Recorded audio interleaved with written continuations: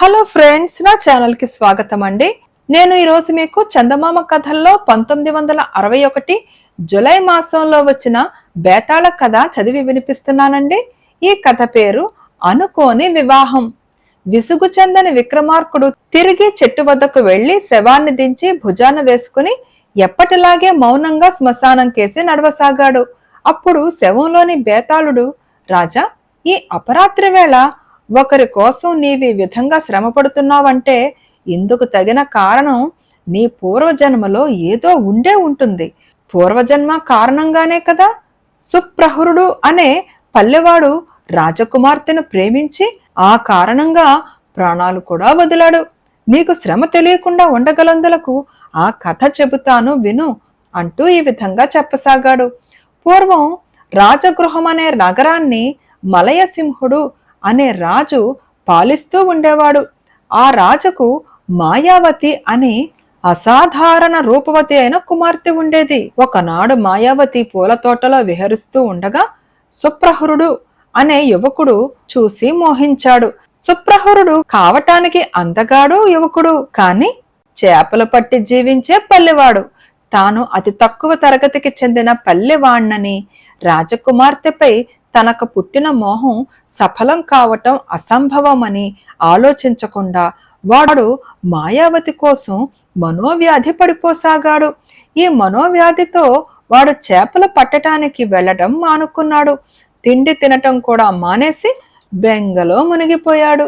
చూసి చూసి తల్లి వాణ్ణి ప్రశ్నించి జరిగిన సంగతి ఉన్నదున్నట్టు తెలుసుకున్నది.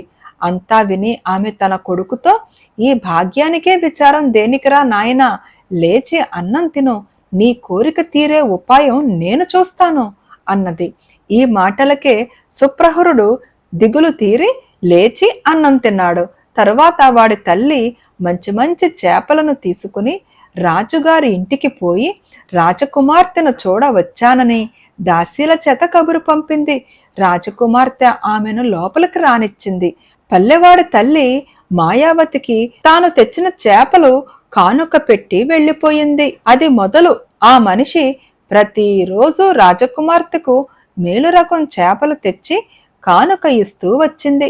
ఈ విధంగా కొన్ని రోజులు గడిచాక మాయావతి ఆమెతో, ఏదో కోరిక మనస్సులో ఉంచుకుని నాకు చేపలు తెచ్చి ఇస్తున్నావు, నీ కోరిక ఏమిటో చెప్పు, కష్టసాధ్యమైనా తీరుస్తాను అన్నది. అభయం ఇస్తే నా కోరిక రహస్యంగా చెబుతాను అన్నది పల్లెవాడి తల్లి. మాయావతి అభయమిచ్చి దగ్గర ఎవరూ లేకుండా అందర్నీ పంపేసినాక ఆమె రాజకుమార్తెతో, అమ్మా, నా కొడుకు ఒకనాడు నిన్ను పూలతోటలో చూసాట.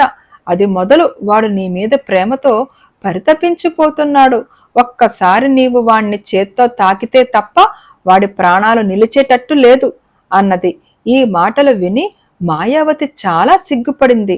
కాని కోరిక తీరుస్తానని మాట ఇచ్చింది గనుక, సరే, రాత్రివేళ రహస్యంగా నీ కొడుకును నా మందిరానికి తీసుకురా, అతన్ని తాకి తాపశాంతి చేస్తాను అన్నది. పల్లెవాడి తల్లి పరమానంద భరితురాలై ఇంటికి వెళ్లి ఆ రాత్రి తన కొడుకును తనకు చాతనైనంతగా బాగా అలంకరించి రహస్యంగా మాయావతి ఇంటికి చేర్చింది. మాయావతి సుప్రహరుణ్ణి ఒక మంచం మీద పడుకోబెట్టి చల్లని తన చేత్తో వాడి శరీరాన్ని నిమిరింది. ఆ స్పర్శకు వాడు సుఖ సముద్రంలో మునిగిపోయి వెంటనే నిద్రపోయాడు. వాడు నిద్రపోయాడని తెలియగానే మాయావతి తన పడకగదిలోకి వెళ్లి నిశ్చింతగా నిద్రపోయింది. ఆమె తన శరీరం మీద నుంచి చెయ్యి తీయగానే సుప్రహరుడు నిద్రలేచి చుట్టూ చూశాడు. మాయావతి కనిపించలేదు. తాను ప్రేమించిన మనిషి దొరికినట్టే దొరికి అంతలోనే మాయమయ్యేసరికి గుండె పగిలివాడు ఆ క్షణంలోనే ప్రాణాలు వదిలాడు. ఈ సంగతి తెలియగానే మాయావతి తన తండ్రికి జరిగిందంతా చెప్పి సుప్రహరుడితో పాటు సహగమనం చేస్తానని చెప్పేసింది. తండ్రి ఎన్నో విధాలా చెప్పి చూశాడు, కాని ఆమె తన ఉద్దేశాన్ని మార్చుకోలేదు. ఏమి చేయటానికి పాలుపోక రాజు శుద్ధుడై ఆచమనం చేసి తన ఇష్ట దైవమైన శంకరుణ్ణి ధ్యానించి, ఇంత ఘోర పరిస్థితి ఎలా ఏర్పడింది, ఈ పరిస్థితిలో నేనేం చెయ్యాలి అని ఆక్రోశించాడు. ఆయన ప్రశ్నకు అశరీరవాణి ఇలా సమాధానమిచ్చింది, రాజా, నీ కూతురు క్రిందటి జన్మలో ఈ పల్లెవాడికి భార్య. ఆ జన్మలో ఈ పల్లెవాడు జలధముడనే బ్రాహ్మడు. అతని తండ్రి చనిపోగానే అతని ఆస్తి అంతా దాయాదులు దోచుకున్నారు. దానితో ఆ జలధరుడికి వైరాగ్యం వచ్చింది. అతను తన భార్యతో సహా గంగా తీరానికి వచ్చి అక్కడ ప్రాయోపవేశం చేసి నిరాహార దీక్ష పట్టాడు. ఆకలితో మలమలలాడే ఆ బ్రాహ్మణుడికి గంగా తీరాన చేపలు తింటున్న పల్లెవాళ్లు కనిపించేసరికి మనసు చలించింది. ఆ దోషం చేత అతను ప్రాణాలు పోయాక పల్లెవాళ్ల మధ్య తిరిగి జన్మ ఎత్తాడు. అతని భార్య మాత్రం పవిత్ర హృదయంతో భర్తతో సహగమనం చేసింది. అందుచేత ఆమె ఈ జన్మలో నీ కుమార్తెగా జన్మించింది.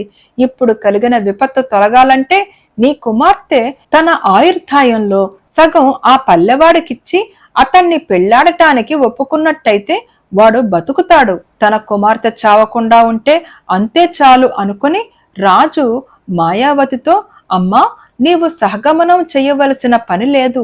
ఈ పల్లె యువకుణ్ణి పెళ్లాడి నీ ఆయుర్దాయంలో అతనికి సగం ఇవ్వటానికి సిద్ధపడితే అతను బతుకుతాడు అని చెప్పాడు. మాయావతి ఆ విధంగానే చేసి సుప్రహరుణ్ణి బతికించుకుని అతన్ని పెళ్లాడింది. ఆ తరువాత సుప్రహరుడు ఆ దేశానికి రాజై భార్యతో సుఖంగా జీవించాడు. బేతాళుడు ఈ కథ చెప్పి, రాజా, నాకొక సందేహం. మాయావతి పల్లె యువకుణ్ణి తాకి నిద్రపుచ్చే వరకు ఆమె తాను ఇచ్చిన మాట నిలబెట్టుకోవడానికే ప్రయత్నించింది. అలాంటి మనిషి వాడు పోగానే వాడితో సహగమనం చెయ్యటానికి ఎందుకు ప్రయత్నించింది? వాడి మీద ప్రేమ చేతనా, లేక వాడి చావుకు తానే కారణమనా, లేక పూర్వజన్మలో వాడి భార్య కావటం చేతనా? దీనికి సమాధానం తెలిసి కూడా చెప్పకపోయావో నీ తల పగిలిపోతుంది అన్నాడు. దానికి విక్రమార్కుడు, మాయావతి సుప్రహరుడు జీవించి ఉండగానే అతన్ని తన భర్తగా భావించింది అనటానికి సందేహం లేదు. కేవలం పూర్వజన్మ ప్రభావం వల్ల ఆమె వాణ్ణి భర్తగా వరించినట్టయితే వాడు నిద్రపోగానే తన గదికి వెళ్ళిపోయి వాడు చావుకు తాను కారణం కానవసరం లేదు. అచ్చగా అన్నమాట నిలబెట్టుకోవటానికే అయితే ఆమె వాణ్ణి తాకి తాపం తీర్చిన మీదట వాడు ఏమైనా ఆమె పూచే ఏమీ ఉండదు. వాణ్ణి ప్రాణాలతో ఉండగా ప్రేమించి వాడే తన భర్తని నిర్ణయించుకున్నది గనకనే ఆమె వాడితో సహగమనం చెయ్య నిశ్చయించింది. అందుకే వాడికి తన ఆయుర్దాయంలో సగమిచ్చి వాణ్ణి పెళ్లాడటానికి కూడా ఒప్పుకున్నది అన్నాడు. రాజుకు ఈ విధంగా మౌనభంగం కలగగానే బేతాళుడు శవంతో సహా మాయమై మళ్లీ చెట్టెక్కాడు. నచ్చిందా ఈ కథ? నా కథ నచ్చితే తప్పకుండా లైక్ చేయండి, షేర్ చేయండి, అండ్ ప్లీజ్ కామెంట్ కూడా పెట్టండి. And thank you.